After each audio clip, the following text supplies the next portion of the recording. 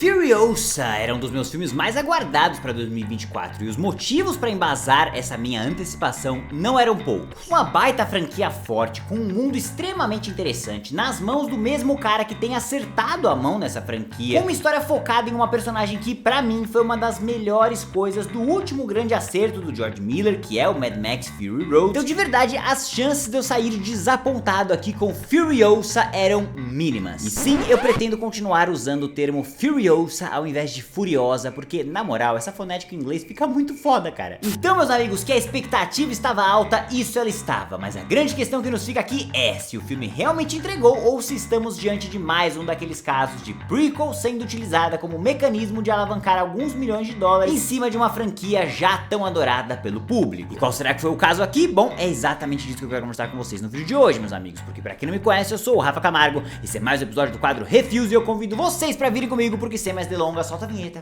e vamos nessa!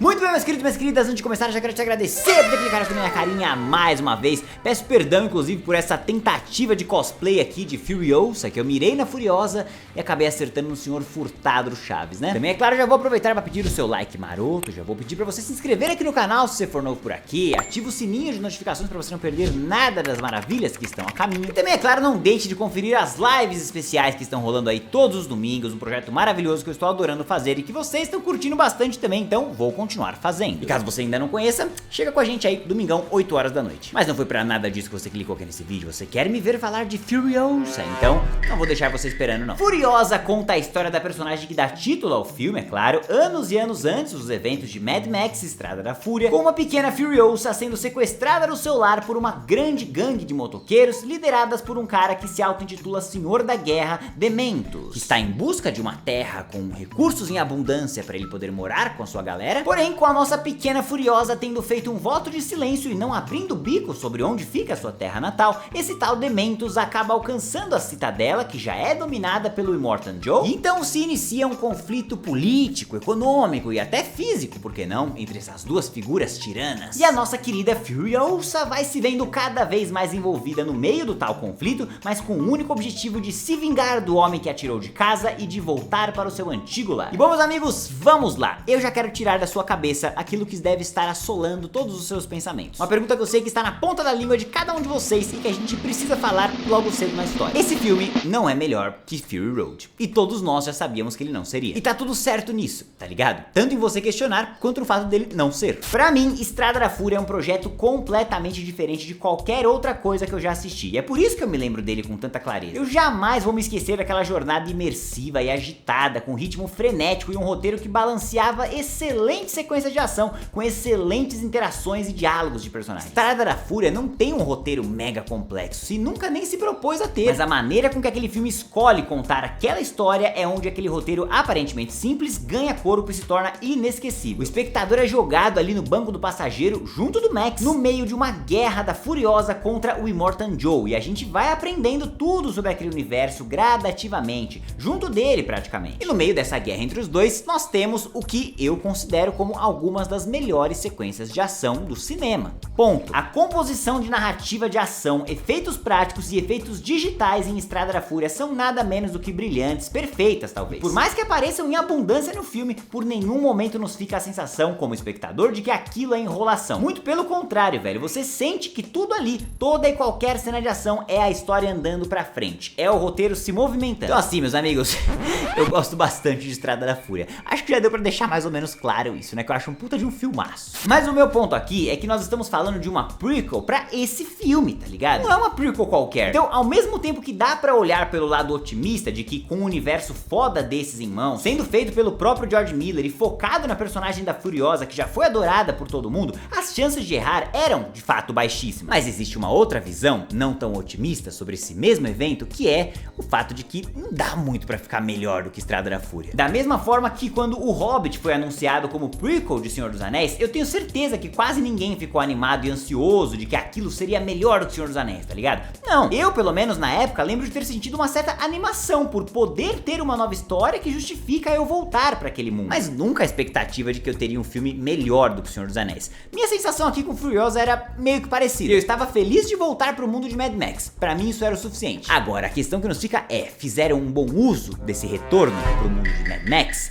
Bom, é o que a gente vai ver agora. Eu já quero começar falando sobre o conceito de prequel e como Furiosa atende 100% do que eu espero com histórias desse tipo, tá ligado? Que é a imersão numa história passada, é claro, isso é óbvio, mas mais do que isso, e principalmente a ampliação do universo e o ressignificado de alguns elementos de roteiro. Eu vou explicar melhor pra vocês o que eu quero dizer com esse lance todo aí, e eu vou dar dois exemplos pra isso, um exemplo bom e um exemplo merda. Começando com Better Call Saul, que obviamente é o exemplo bom, né? A gente tem uma história prequel tão foda e tão bem escrita que ela significa Breaking Bad inteiro, tá ligado? Depois de assistir a jornada de Saul Goodman, você não vai mais conseguir rir das palhaçadas dele na série principal, porque eles ressignificaram o personagem, e isso é brilhante. Não só brilhante, mas muito difícil de se escrever, sem prejudicar a obra original, tá ligado? E lá em Better Call Saul, nada foi prejudicado, muito pelo contrário, cara, foi só amplificado. O universo, os personagens, os dilemas, a moralidade, é uma prequel perfeita, na minha opinião. Por outro lado, meus queridos, no outro extremo da mesa, nós temos uma prequel como A Freira, tá ligado? Que se vendeu como uma história prévia, uma história de origem, mas que de origem mesmo não tem porra nenhuma. É só uma história igual à história original, só que dessa vez ela se passa, sei lá, alguns anos antes, é isso? Não ressignifica nada, não linka nada com nada. E se pegassem aquele mesmo roteiro da prequel e jogassem 10 anos no futuro, ia dar na mesma, cara, porque não tem link nenhum com o material original. Então, nesse aspecto, e seguindo essa comparação absurda aí, né, Furiosa, obviamente, está muito mais perto de Better Call Saul do que da Freira, graças a Deus, né? Nos apresentando aqui uma história de origem que está intimamente ligada aos eventos de Mad Max, Estrada da Fúria, com os mesmos personagens, com a mesma politicagem e só se passando em um outro momento da história, tá ligado? Que também serve como elemento de ressignificação da trama. Então eu vou dar um exemplo bem legal aqui pra vocês. Quando a Furiosa lá em Estrada da Fúria descobre que o Vale Verde já foi destruído, naquela cena foda que ela se ajoelha no chão, na areia e perde o rumo com a notícia, agora essa cena que já era muito boa fica mais foda ainda, porque a gente entende muito mais do que aquele lugar representava pra ela. Ele não era só uma chance de ter um futuro, ele era um regresso ali pro passado que ela tanto perdeu. E a gente descobre isso não só com ela contando pro Max, mas a gente vê tudo aqui. Tem um outro exemplo legal que é a maneira com que ela lida com o próprio Max lá em Estrada da Fúria, uma relação que começa com total desconfiança por parte dela e até de maneira bastante hostil, na verdade, e que vai se desdobrando em parceria e confiança. E agora a gente entende um pouco mais também sobre o porquê que ela agiu daquela forma com ele logo de cara, e também entendemos o ponto de virada pra ela ter passado a confiar nele. Também me agradou demais a gente poder expandir o mapa desse universo, tá ligado? Porque agora a gente é levado pra dentro da Vila Gasolina, depois pra Fazenda de Balas, e conhecemos mais gangues que dominam aquelas terras, e que eu particularmente já conheci um pouco mais até pelo jogo do Mad Max, que é muito legal, inclusive, se você não conhece eu super recomendo. Mas em se tratando dos filmes, a gente consegue explorar relações entre as gangues que a gente não tinha tido antes, pelo menos não tínhamos no filme anterior. Mas é claro que tudo isso é muito legal, mas o grande fio condutor, o que une esses pontos de conexão com o passado, de expansão do mundo de uma forma geral, é a própria jornada da Furiosa, né? Então, vamos falar da jornada dela agora. Olha, me surpreendeu demais o tanto que o filme segura a aparição da Anya Taylor-Joy como a Furiosa, e digo que me surpreendeu por dois motivos, tá? O primeiro que eu não tava esperando mesmo, porque pela quantidade de material promocional, pelos trailers e até pelas divulgações que ela fez em entrevistas, eu achei que ela ia aparecer logo de cara no filme. Ou no máximo uma introdução ali de 10 minutos com uma outra atriz mirim, que depois ela viria com força ali pra assumir o filme. Mas não, cara, surpreendentemente dos 5 capítulos que esse filme tem, apenas 3 são com a Anya Taylor-Joy. E os outros dois, os dois primeiros no caso, tem uma pequena atriz vivendo a Furiosa. E aí que vem minha segunda surpresa, cara, que é o tanto que essa menina atua, bicho, e o tanto que isso amplificou o filme. A pequena Furiosa atua demais, cara. E ela parece a Anya Taylor-Joy, tanto fisicamente quanto nos maneirismos ali que ela compôs pra personagem. E aí no final das contas, ao invés de eu ficar torcendo pra atriz principal assumir logo o papel pra gente poder seguir o baile,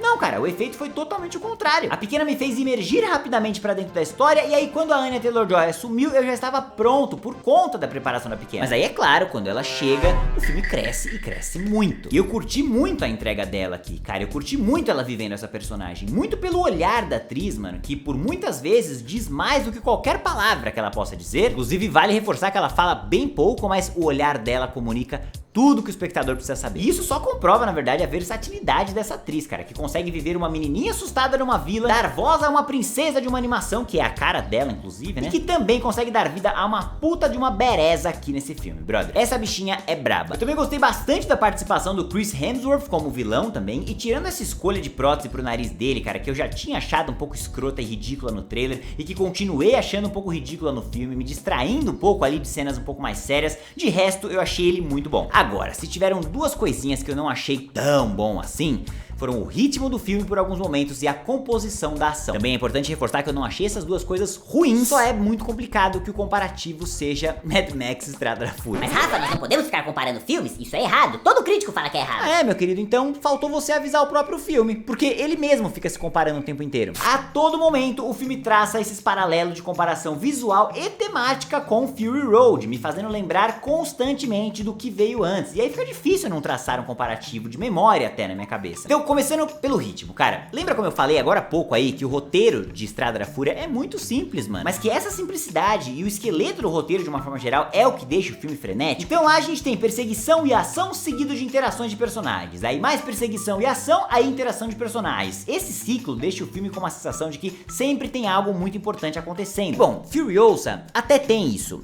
mas tem menos, principalmente ali no segundo ato, cara, em que tiveram momentos em que eu dei uma leve desconectada do filme e aí fui fisgado de novo no próximo grande momento do filme, entende? Mas eu não passei o tempo inteiro imerso nesse segundo ato, principalmente. E eu acho que uma outra coisa que não colabora muito pro ritmo é a escolha do roteiro de cobrir toda a vida da Furiosa, praticamente. Porque se você lembrar lá de Mad Max, a gente tem uma história ali que dura o quê? Horas, talvez, 1, 2 dias no máximo. A gente tá acompanhando aquele evento na vida daqueles protagonistas, mas aquele evento apenas. A gente não vê o Max perdendo a filha, a gente não vê a Furiosa sendo roubada de casa, nada disso. A gente tem uma história focadinha naqueles eventos e neles apenas. E Furiosa já abraça outro estilo de narrativa, um estilo que opta em contar toda a trajetória dela, do momento em que ela era uma menininha sendo sequestrada da sua vila, até o momento em que vai começar a Estrada da Fúria de fato. Então, por ter muitas passagens de tempo, existem diversos momentos em que esse filme recomeça de novo, praticamente, tá ligado? E isso acaba não ajudando tanto ao ritmo do filme. E por fim, meus amigos, sobre as sequências de ação, elas são, é óbvio, muito boas, são muito engajantes, mas eu senti um leve downgrade também em relação ao filme anterior. Tanto em questão de criatividade, sabe, de criar cenários malucos ali pra justificar e pra gente ter as tretas, mas também e principalmente na questão técnica mesmo. Visualmente, as sequências de ação aqui são muito limpinhas, tá ligado? É tudo muito coloridinho, tudo muito bonitinho. Eu não sei, cara, pra mim faltou um pouco daquela sujeira mais realista de um efeito prático do filme anterior, tá ligado? Eu não fui atrás de entrevistas, eu não sei dizer pra vocês o porquê que eles tiveram essa escolha de fazer mais efeitos digitais e menos efeitos práticos, mas cá entre nós também não importa o motivo, né? O que importa é o resultado final. Falta de budget a gente sabe que não foi. E o resultado final é que a gente tem excelente sequência de ação, com bons e competentes efeitos digitais também, mas que não tem aquela integração mágica entre efeito prático e digital, que foi a cereja do bolo de Fury Road. E aí, até pelo fato dos caras terem acertado isso, já terem a fórmula do sucesso, que porra, rendeu Oscar pra cacete pra eles lá,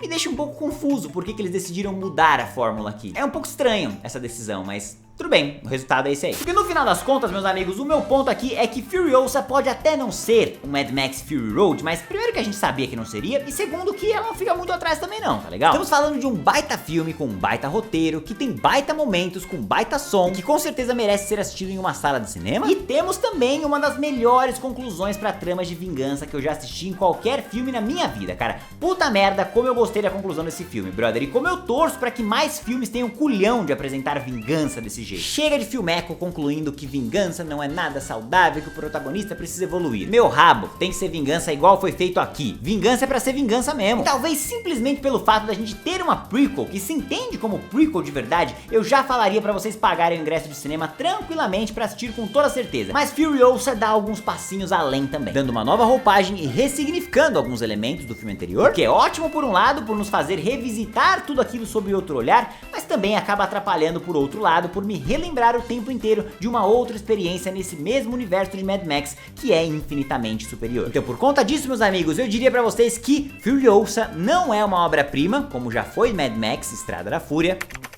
mas sem dúvida alguma é pra você passar na frente de alguns outros filmes aí, colocar no topo da sua lista, porque esse aqui vale super a sua assistida. E agora, é claro, eu quero saber de vocês, já assistiram Estrada da Fúria? Não é Estrada da Fúria o nome, é Furiosa, eu me confundi, mas eu não vou gravar de novo não. Então é isso aí, comente isso aí aqui embaixo pra eu saber. Se curtiu esse vídeo, não esqueça de deixar o like aqui embaixo, se inscrever no canal e ativar o sininho pra me dar as próximas novidades. Muito obrigado a todos. e até a próxima.